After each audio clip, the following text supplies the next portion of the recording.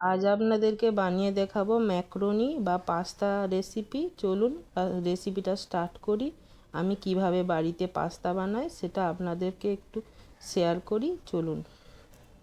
চলুন রান্না স্টার্ট করি। আমার মতো করে একবার বানিয়ে দেখবেন বাড়িতে, এটা খুবই ভালো লাগে খেতে, আর এটা বাচ্চাদেরকেও দেওয়া যায়। গ্যাস জ্বেলে নিয়েছি, এখানে 1 লিটার আমি জল দিলাম, আর এখানে 1 চামচ লবণ দিলাম। দিয়ে একটুখানি জলটা আমি ফুটতে দেবো। জল ফুটে গেছে, এরপরে আমি কিছুটা পাস্তা দিয়ে দেবো, ম্যাক্রোনি দিয়ে দেবো বয়েল করতে। আর ম্যাক্রোনি বয়েল করতে দিলে অবশ্যই তেল দেবেন, না হলে ম্যাক্রোনিগুলো একটার সঙ্গে একটা চিটে যাবে। চলুন, এখানে আমি 10 মিনিট বয়েল করেছি। দেখুন আমার এখানে পাস্তাটা বয়েল হয়ে গেছে, সব উপরে ওই যে ভেসে উঠেছে, আর আপনাদেরকে একটা তো কেটে দেখালাম। খুব সুন্দর বয়েল হয়ে গেছে। এর থেকে বেশি বয়েল করবেন না, নাহলে ওইগুলো সব ভেঙে যায়। এরপরে আমি একটা ছাঁকনির মাধ্যমে এটা ছেঁকে নিলাম। ছেঁকে অবশ্যই ঠান্ডা জলে কিছুক্ষণ ওটা রাখবেন। চলুন, গ্যাসটা আমি আবার কড়াই বসিয়ে দিয়েছি, কড়াইটা ধুয়ে নিয়ে এসে বসিয়ে দিয়েছি। এবার তেল গরম করে এখানে গাজর, বিনস, ক্যাপসিকাম, আর এখানে কর্নটাকে আমি বয়েল করে রেখেছি। পেঁয়াজও দিলাম, সুইট কর্নটাকে বয়েল করে রেখেছিলাম। এখানে 3টে ডিম আমি ভেজে নেব। আমি আজকে ডিম দিয়ে বানাচ্ছি। আপনারা যদি চিকেন দিয়ে বানাতে চান অবশ্যই চিকেন দিয়ে বানাতে পারেন।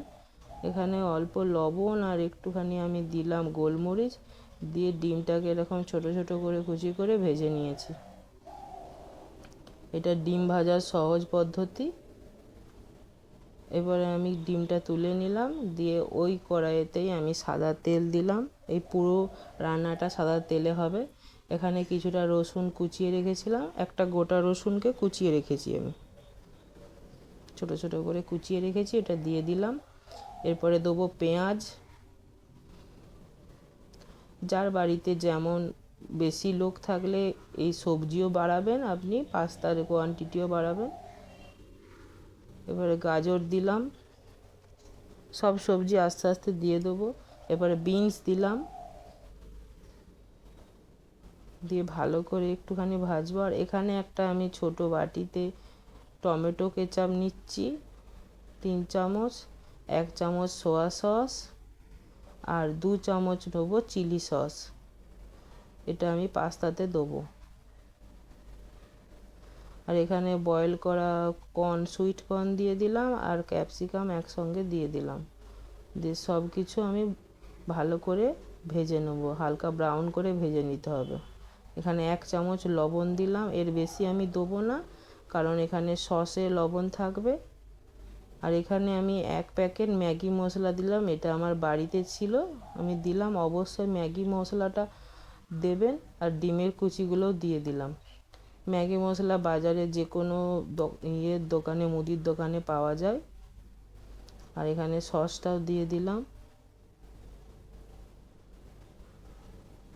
আর 1 চামচ দেবো ভিনিগার, একটু টক টক ভাব আনার জন্য।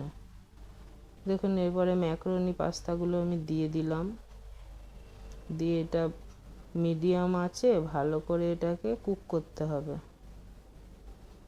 ওই 5 মিনিট একটুখানি রেখে দিলেই হবে, তার বেশি রাখার দরকার নেই। এখানে আমি দিচ্ছি অরিগ্যানো, এটা পাস্তার টেস্টটাকে পুরো চেঞ্জ করে দেয়, এটা অবশ্যই রাখবেন। আর দিলাম চিলি ফ্লেক্স। এটা বাচ্চাদের টিফিনের জন্য আপনারা বানাতে পারেন। এখানে একটু ঝালটা কমিয়ে দিলেই বাচ্চারা খেতে পারবে। চলুন, আমার রান্না কমপ্লিট হয়ে গেছে, গ্যাস বন্ধ করে দিয়েছি। আমি একটা প্লেটে, সার্ভিং প্লেটে আপনাদেরকে তুলে দেখাচ্ছি। দেখুন কত সুন্দর হয়েছে। এটা একবার বাড়িতে বানিয়ে দেখবেন অবশ্যই। আর আমার ভিডিও যদি, আপনাদের রান্নার ভিডিও যদি ভালো লেগে থাকে অবশ্যই একটা লাইক, কমেন্ট, শেয়ার করবেন। এখানেই আজকে রান্নাটা শেষ করলাম।